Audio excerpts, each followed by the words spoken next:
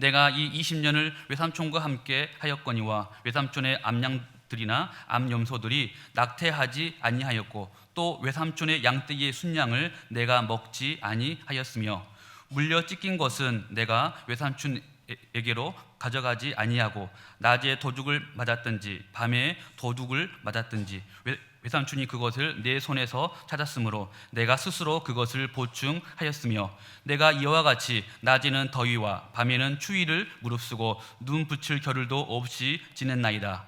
내가 외삼촌의 집에 있는 이 20년 동안 외삼촌의 두 딸을 위하여 14년, 외삼촌의 양떼를 위하여 6년을 외삼촌에게 봉사하였거니와 외삼촌께서 내 품삯을 10번이나 바꾸셨으며 우리 아버지의 하나님, 아브라함의 하나님, 곧 이삭이 경외하는 이가 나와 함께 계시지 아니하셨더라면 외삼촌께서 이제 나를 빈손으로 돌려 보내셨으리다마는 하나님이 내 고난과 내 손의 수고를 보시고 어젯밤에 외삼촌을 책망하셨나이다. 아멘. 감사합니다. 교회에서 허락을 해주셔서 지난 몇 주간 미국 아이다호에 살고 있는 딸네 집에 저희가 다녀왔습니다. 한 마음으로 걱정해 주시고 또 기도해 주셔서 정말 고맙고 감사합니다. 저희가 목요일 날 오후에 도착을 했습니다. 그런데 목요일 날 하루 종일, 금요일 날 하루 종일 제가 너무 좋아가지고 하루 종일 싱글벙글 얼마나 웃었는지 모릅니다. 뭐가 그렇게 좋았는가 하면 첫 번째로 못하는 영어 힘들게 하다가 잘하는 한국말을 힘있게 하니까 얼마나 좋은지, 이야, 너무 좋아서 싱글벙글 하루 종일 웃었고, 또 웃었던 것은 내가 주님 안에서 많이 사랑하는 동광의 권속들 다시 보고 다시 만나는 것이 얼마나 좋고 기쁜지, 그래서 많이 웃었습니다. 많이 보고 싶었습니다. 고맙습니다. 말씀을 시작하기 전에 한 가지 부탁이 있습니다. 이번 주 금요일 하반기를 시작하기 전에 말씀 앞에서 은혜 받고 시작하자고 좋은 강사 선교사님을 모시고 성령 집회가 시작되어집니다. 미국에서 제가 또 이 선교사님에게 전화를 드렸습니다. 선교사님 잘 부탁합니다. 그랬더니 선교사님이 그러시는 거예요. 목사님, 걱정하지 마시고 휴가인데 쉬기만 하라는 거예요. 제가 말씀을 드렸습니다. 쉬면 뭐합니까? 한 자라도 더 봐야지, 말씀 한 자 더 봐야지, 쉬면 뭐 하겠느냐고 이야기를 하면서 많이 웃었습니다. 좋은 강사 선교사님 이번 금요일 날 오시는데 우리 청소년부터 청년, 장년에 이르기까지 많은 성도들이 달려 나오십니다. 꼭 시간을 기억하고 함께 달려 나오시되 자녀들 손 붙잡고 말씀 앞으로, 은혜 앞으로 함께 달려 나올 수 있도록 꼭 해 주십시오. 아멘이십니까? 우리 좌우에 계신 분들과 이렇게 한번 인사해 주시겠습니까?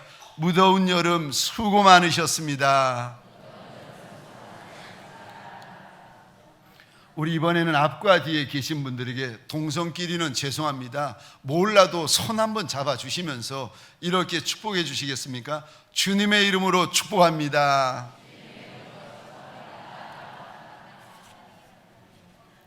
저를 한 번 더 따라해 주시겠습니까? 좋은 그릇이 되라. 좋은 그릇이 되라. 아멘이십니까? 성경에 보면 우리 인생들을 하나님이 그릇이라고 종종 말씀하십니다. 그런데 그릇에는 성경에 보니까 금그릇도 있고 은그릇도 있고 나무그릇도 있고 질그릇도 있다고 말씀하십니다. 금그릇, 은그릇, 비싸고 좋은 그릇 아니겠습니까? 나무 그릇, 질그릇, 별로 좋지 않은 작고 천한 그릇 아니겠습니까? 그럼 이 그릇 가운데 가장 복 있는 그릇이 어떤 그릇인 줄 아십니까? 주인이 들어 써주시는 그릇. 아멘이십니까? 내가 볼 때 내가 작은 그릇인데, 남들이 볼 때도 내 그릇은 천한 그릇인데, 주인이 그 작고 천한 그릇을 사랑하여 주셔서 즐겨 들어 써주시고 귀 들어 써주시면 작아도 좋은 그릇이고 천에도 귀한 그릇인 줄 믿으시기 바랍니다. 저와 여러분들, 우리의 그릇이 작고 천하고 미련할지라도 우리 주인 되어 주시는 주님이 귀히 보시고 좋게 들어 써주시는 인생길 되시기를 주의 이름으로 축원합니다. 하나님이 그릇을 쓰실 때에 그냥 쓰지 아니하십니다. 하나님이 쓰시겠다 작정하시고 그 그릇을 들어 쓰실 때 그냥 쓰시는 것이 아니라 그 그릇을 먼저 쓰임받기에 합당한 그릇으로 만들어 가십니다. 그런데 그릇을 만들어 가실 때에 무엇을 통해서 만들어 가시는가? 오늘 본문에 보니까 첫 번째로 사람을 통해서 그릇을 만들어 가십니다. 하나님께서 쓰시려 하시는 그릇은 그 그릇 옆에 사람을 붙이시는데, 어떤 사람을 붙이는 줄 아십니까? 말이 안 통하는 사람, 기가 막힌 사람, 상식이 통하지 않는 사람, 세상에 저런 사람 어디 있다가 왔느냐고 하는 그런 기가 막힌 유별난 사람을 하나님께서 골라 가지고 내 곁에 떡하니 세우십니다. 어떤 이는 기가 막힌 이 사람을 가정에서 만나기도 합니다. 어떤 분들은 말이 안 통하는 이분들을 교회나 직장이나 세상에서 만나기도 합니다. 그래가지고요, 못 살겠다는 거예요. 목사님 못 살겠어요. 목사님 그만둘래요. 기가 막힌 사람들을 만나니까 말이 안 나와가지고 힘들어 하시는 겁니다. 그런데 하나님께서 내 그릇을 쓰려 하실 때에는 제일 먼저 내 곁에 기가 막힌 대단한 사람들을 붙이십니다. 오늘 본문에도 하나님께서 야곱 옆에 사람을 붙이시는데 외삼촌 라반을 붙여주십니다. 몇 년 동안을 붙여주시는지 아십니까? 자그만치 20년. 야곱이 형 에서의 낯을 피해가지고 외삼촌의 집에 도망 왔는데, 도망 와서 보니 야곱이 어떤 사람인가? 형 속여가지고 장자권 빼앗고 아버지 속여가지고 축복권을 빼앗은 야곱인데, 외삼촌 집에 와보니까 외삼촌은 자기보다 100배, 1000배 더 대단한 사람인 겁니다. 오늘 본문입니다. 40절, 41절 야곱의 볼멘 소리가 나오는데 우리 함께 읽도록 하겠습니다. 시작. 내가 이와 같이 낮에는 더위와 밤에는 추위를 무릅쓰고 눈붙일 겨를도 없이 지냈나이다.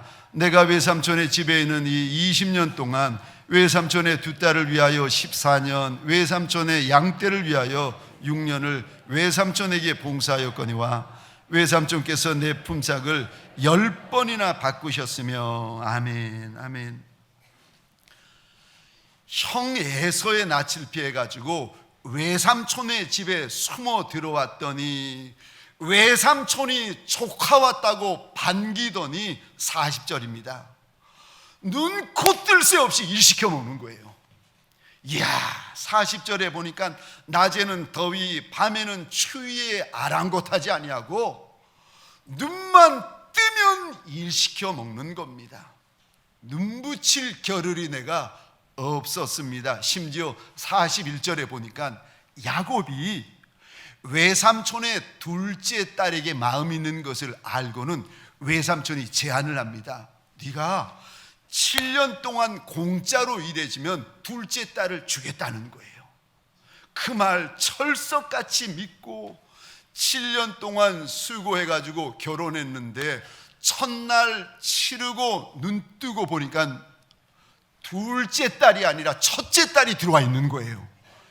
속은 거지요.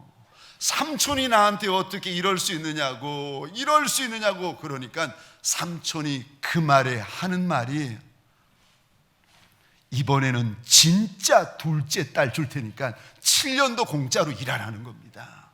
그러니까 14년을 와이프를 얻기 위해서 14년을 결혼식 하는데 14년 걸린 겁니다. 저는 결혼식 하는데 1시간 걸렸습니다. 저는 1시간 걸렸는데 야곱이라는 이 사람은 외삼촌을 만나가지고 14년 동안 결혼식 준비한 겁니다. 결혼식 14년 끝내놓고 보니까 외삼촌이 불러가지고 논이 뭐하냐는 겁니다. 품삯을 줄 테니까 일하자고 해가지고 일을 시작했는데 세상에 10번이나 품삯을 바꾸고 주질 않는 겁니다. 뿐만 아니라 오늘 본문에 보니까 야곱이 양이나 염소를 돌보다가 양이나 염소 가운데 잘못되거나 도둑맞거나 무슨 문제 생기면 100% 다 야곱 책임이라는 거예요. 야곱이 잘못했던 잘못하지 않았던 무조건 야곱 물어내는 겁니다. 질문입니다. 그럼 이런 말도 안 되는 기가 막힐 외삼촌을 만났는데, 야곱이 이런 외삼촌 라반을 만났는데, 그럼 이런 외삼촌 만난 것이 야곱에게 복이 되겠습니까? 화가 됩니까? 내일이 아니라서 잘 모르시나요? 이분들이 먼 사람들이라서 잘 모르시면 제가 가까이 계신 분들을 제가 일러드리겠습니다. 여기는 이경렬 목사가 최선민 사모와 만나서 결혼했습니다. 그럼 이 목사 화입니까? 복입니까? 왜 이러세요? 살아보셨어요? 이야, 하나님께서 야곱의 걸음을 인도해가지고 외삼촌 라본을 만나게 하셨는데, 만나서 사는데 20년 동안 눈코 뜰 새가 없이 외삼촌이 부려먹는데 고생 20년 동안 고생만 합니다.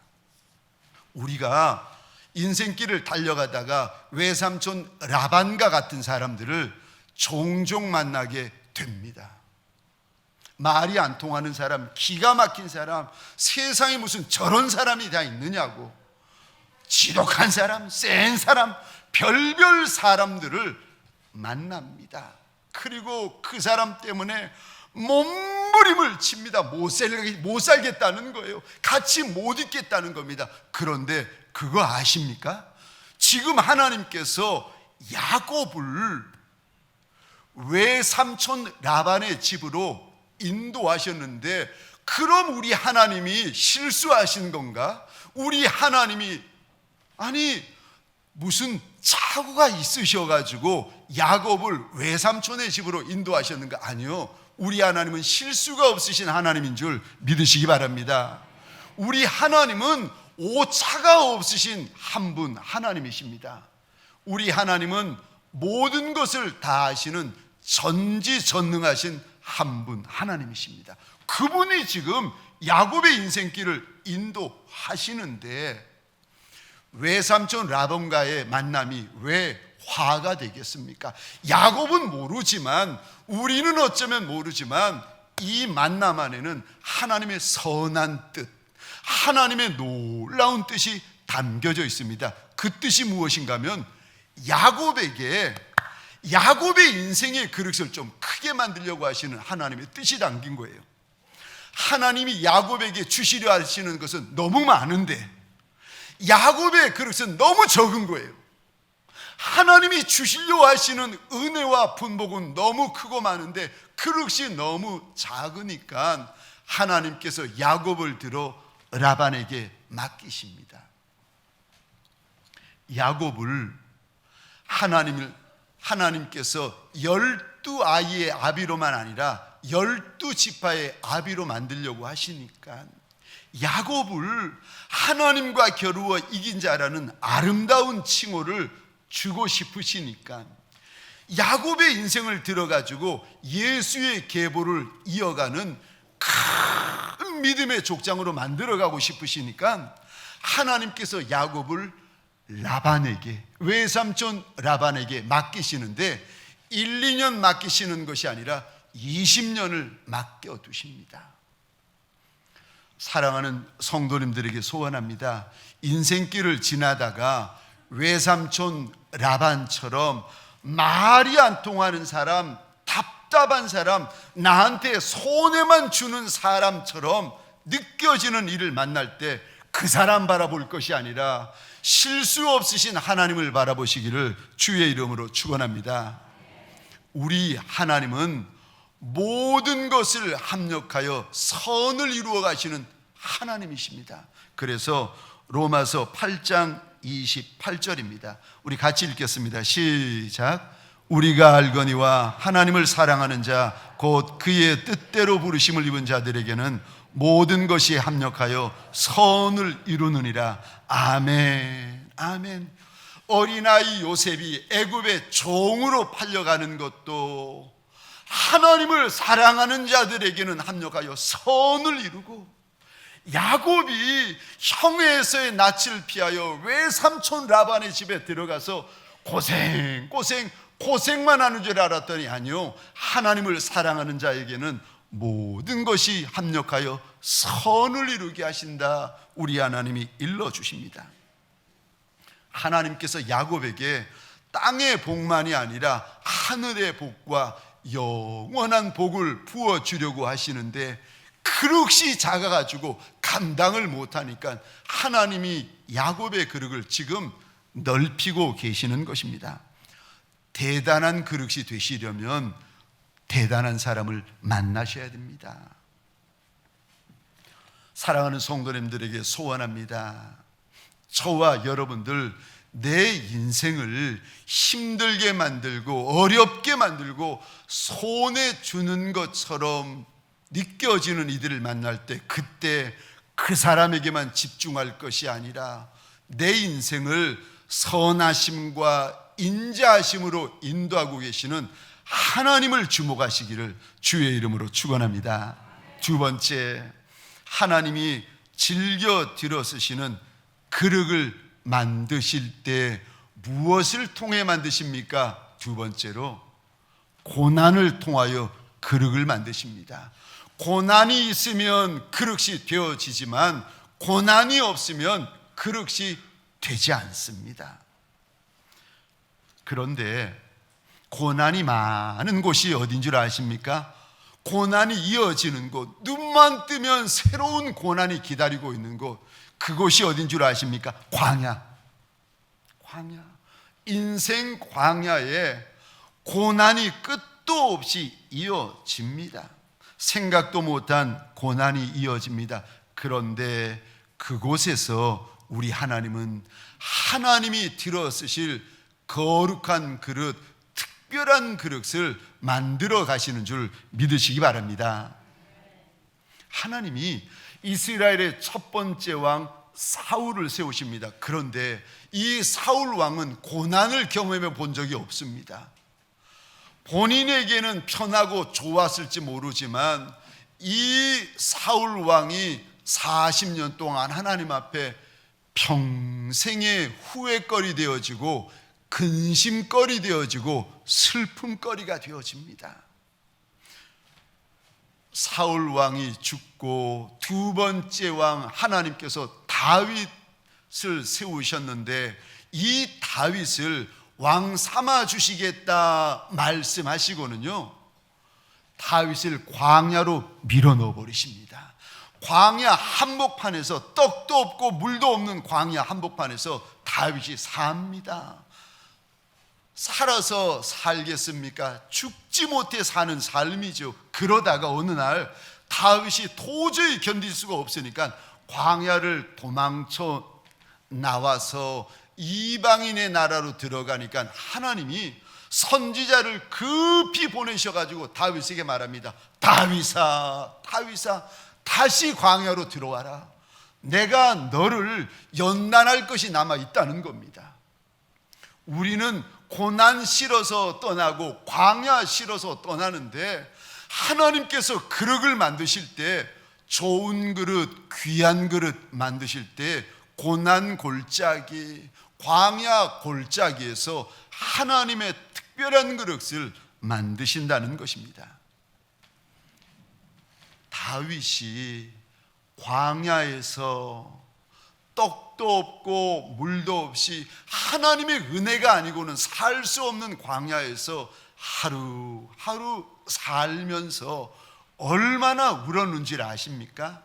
억울해서 울고, 속상해서 울고, 분해서 울고, 슬퍼서 울고. 오죽했으면 시편 59편 8절에 보면은 다윗이 이런 고백을 합니다. 하나님, 하나님, 내가 유리하는 것을 계수해 주십시오. 그리고 내 많은 눈물을 주의 병에 좀 담아 주십시오.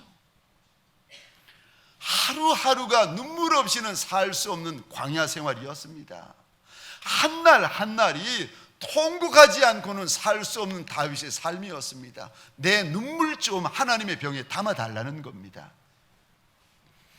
광야는 내일 어찌 될 수 없는 하루하루, 오늘이 마지막이 될 수 있는 하루하루가 광야 인생입니다. 그러니까 다윗이 오늘이 마지막이 될 수 있으니까 하나님 앞에 찬양을 해도 마지막 찬양인 것처럼 하나님 앞에 최선을 다해서 부릅니다. 기도를 해도 이것이 마지막 기도가 될 수 있으니까 하나님 앞에 목숨을 걸고 기도합니다. 예배를 드려도 이것이 마지막 예배가 될 수가 있으니까 다윗이 하나님 앞에 목숨 걸고 예배를 드립니다. 그러면서 목숨 걸고 찬양하다가 은혜 받고, 목숨 걸고 기도하다가 은혜 받고, 목숨 걸고 예배드리다가 하나님이 부어주시는 은혜를 받아가지고 한 날을 살고 한 주를 눈물 지으면서 다윗이 삽니다. 그런데 셀 수 없는 많은 날, 셀 수 없는 많은 눈물들이 다윗의 마음을 정금같이 만들고 하나님 앞에서 다윗의 인생을 정금같이 빚어간 줄 믿으시기 바랍니다. 하나님께서 광야 가운데에서 정금같이 빚어진 다윗을 보시며 얼마나 기뻐하시는지, 다윗의 마음이 하나님의 마음과 똑같다는 겁니다. 어떻게 이런 정금 같은 그릇이 나오겠습니까? 고난 많은 광야이기에 하나님의 특별한 그릇, 좋은 그릇, 귀한 그릇이 만들어지는 것이 아니겠습니까? 고난이 없으면 그릇이 없습니다. 광야가 없으면 그릇이 없습니다. 그릇은 천국에서 만들어지는 것이 아니라 광야에서 만들어지는 것입니다. 누가복음 1장에 보면은 어린 아이가 자라서 세례 요한이 되는데, 그런데 이 아이가 자라서 예수의 오시는 길을 엘리야의 심령과 엘리야의 능력으로 주의 길을 준비합니다. 그러기 위하여 1장 80절입니다. 그가 어디에 머무는가? 1장 80절 같이 읽겠습니다. 시작. 아이가 자라며 심령이 강하여지며 이스라엘에게 나타나는 날까지 빈들에 있으니라. 아멘, 아멘. 아이가 세례 요한이 되기까지 이 아이에게 엘리야의 심령과 엘리야의 능력이 부어질 때까지 이 아이가 광야 빈 들에 있었다고 하나님이 일러주십니다. 저와 여러분들 인생길을 가다가 고난 골짜기 빈 들 광야 만날 때에 두려워하지 아니하시기를 주의 이름으로 축원합니다. 왜요? 그때가 하나님께서 내 그릇을 만들어 가시는 때라니까요. 그때가 우리 하나님의 큰 소로 내 그릇을 빚어 가시는 때라는 겁니다. 왜 광야에서 빚으시는가? 아니, 푸른 초장 쉴만한 물가에서 빚으시면 좋지 왜 광야에서 빚으십니까? 왜냐하면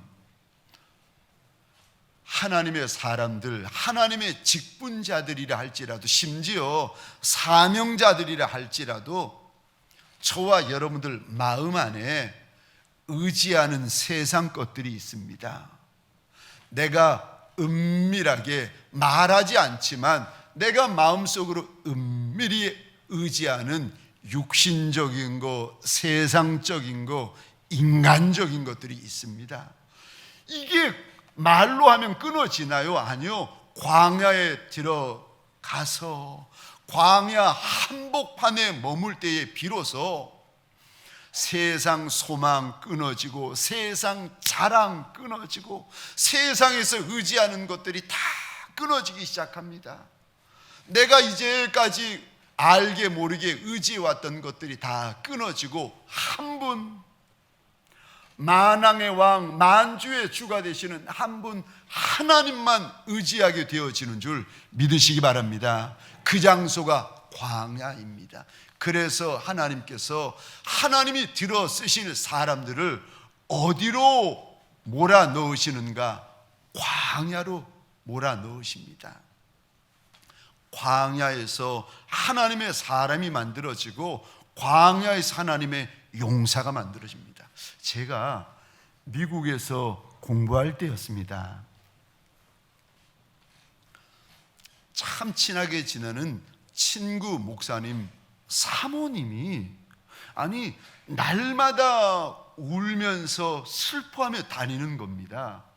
아니 저 집에 무슨 일이 있나 물어봤더니 알고 보니까 사모님이 장녀신데 친정 아버님이 위암에 위독하신 거예요. 장녀니까 달려나가고 싶은데 물질이 없는 겁니다. 지금 영주권 신청을 해가지고 거기다 조금만 더 물질을 더하면 한국에 왔다 갔다 할 수 있는 허가증을 받는데 그 조금의 물질도 없어가지고 아버님 위암으로 몸이 좋지 않다 이야기를 들으면서도 나가지를 못하는 겁니다. 그래서 이 사모님이 늘 울면서 다니시는 겁니다. 그 이야기를 듣고 집사람이 손을 붙잡고 하는 말이 사모님 함께 기도합시다. 그리고 못 나가는 거는 할 수 없고 집에 있는 거 몇백 불이라도 아버님 병원비로 보내드리세요. 몇백 불 하면은 우리 돈으로 하면 몇십만 원 정도 되지 않겠습니까? 아버님 위암에 걸려서 저렇게 힘들어 하시는데 병원비로 몇백 불이라도 보내드리세요. 그랬더니 그 몇백 불도 집에 없는 겁니다. 그러니까 늘 우시는 거예요.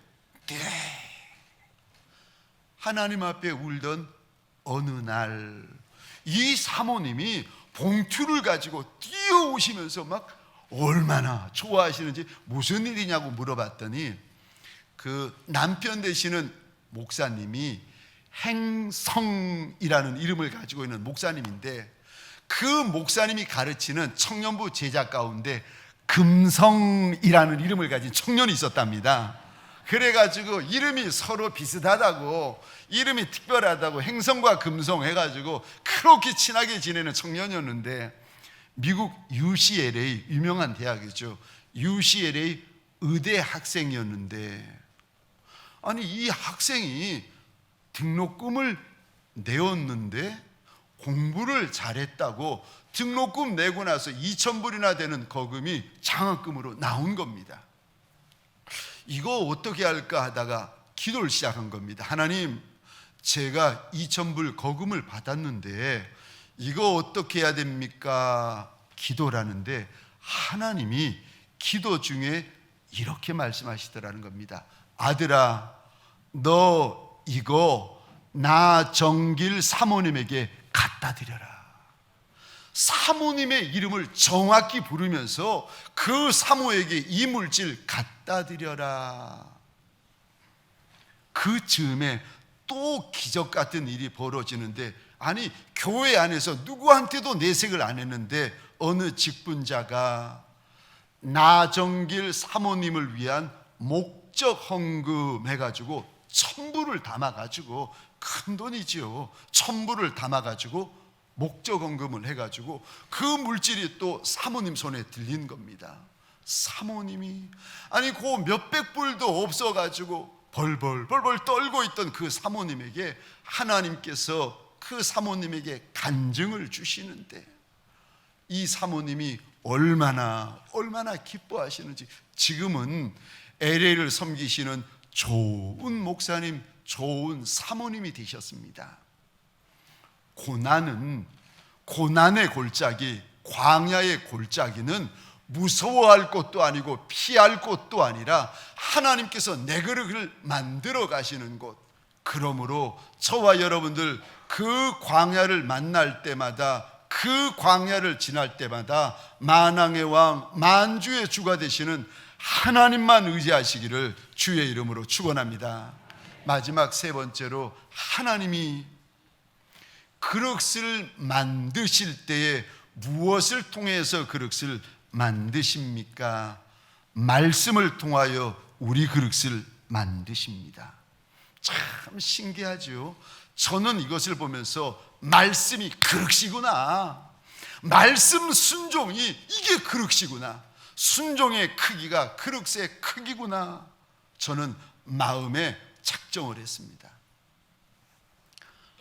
지금 야곱이 20년 동안 외삼촌 라반의 집에서 시달리다가 언제 떠나는지 아십니까? 외삼촌 라반에게 말도 없는 고생과 고난의 시절이 이어지다가 언제 떠나는가 하면은, 하나님이 떠나라 말씀하시니까 그제서야 떠납니다. 힘든 사람 만났다고, 어려운 상황, 어려운 형편 만났다고 떠나버리는 것이 아니라 20년 동안 기다리다가 하나님이 됐다, 이젠 떠나라 말씀하시니까 그제서야 외삼촌 라반의 집을 떠납니다. 그 어려울 때에 야곱이 말씀을 붙잡습니다. 그 어려울 때 야곱이 말씀에 순종을 합니다. 여호수아 1장에 보면 하나님이 여호수아에게 땅을 주시는데, 본 적도 들은 적도 차지한 적도 없는 땅을 주시면서 하시는 말씀이, 남쪽으로는 신광야부터 북쪽으로는 헐몬산, 동쪽으로는 유브라데스, 서쪽으로는 지중해까지 다 줬다. 네가 발로 밟기만 하면 다 내 것이다, 하나님께서 말씀하시면서 7절 8절입니다. 그런데 말씀 떠나면 안 된다, 절대 말씀 떠나면 안 된다, 하나님이 신신당부하십니다. 우리 7절 8절 같이 읽겠습니다. 시작. 오직 강하고 극히 담대하여 나의 종 모세가 내게 명령한 그 율법을 다 지켜 행하고 우로나 좌로나 치우치지 말라. 그리하면 어디로 가든지 형통하리니 이 율법책을 내 입에서 떠나지 말게 하며 주야로 그것을 묵상하여 그 안에 기록된 대로 다 지켜 행하라. 그리하면 내 길이 평탄하게 될 것이며 내가 형통하리라. 아멘. 아멘. 하나님의 말씀, 율법책을 입에서 떠나지 말게 해라. 저는 이 말씀을 읽다가 생각을 했습니다. 말씀을 눈에서 떼지 말고, 말씀을 입에서 떼지 말고, 말씀을 마음에서 떼지 말자. 아멘이십니까? 말씀이 그릇이라고 하시는데, 말씀 순종하면 인생의 그릇이 커진다고 하시는데, 말씀이 그릇인데 하나님께서 여호수아에게 그 많은 땅을 주시면서 하시는 말씀이, 말씀을 입에서 떼지 말라는 것입니다.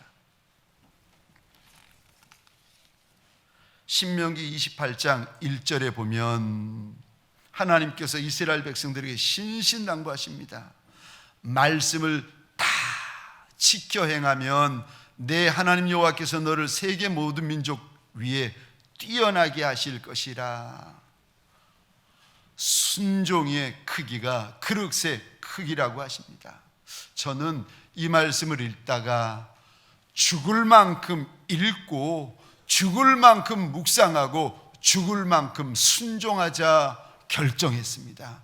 사랑하는 성도님들에게 소원합니다. 우리가 작은 그릇이고 천한 그릇이고 미련한 그릇이라고 내가 내 그릇을 보면서 탄식하는 분이 계십니까? 하나님이 그릇을 크게 만들어 주시겠다고 지금 약속하십니다. 어떻게 해요?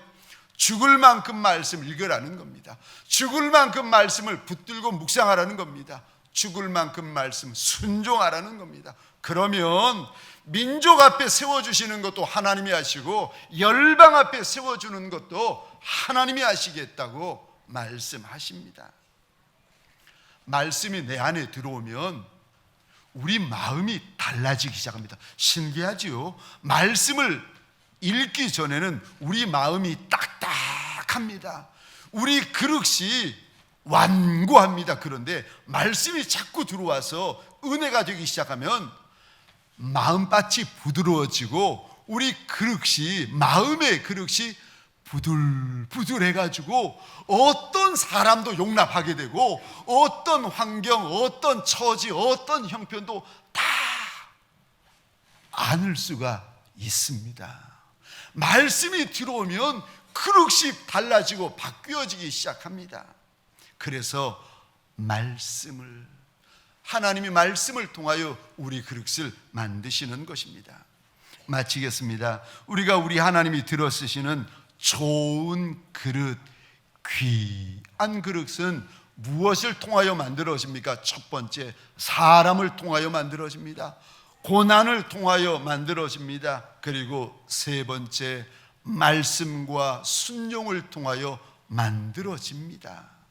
우리 시간 말씀을 기억하면서 잠시 기도하는 시간 가지겠습니다.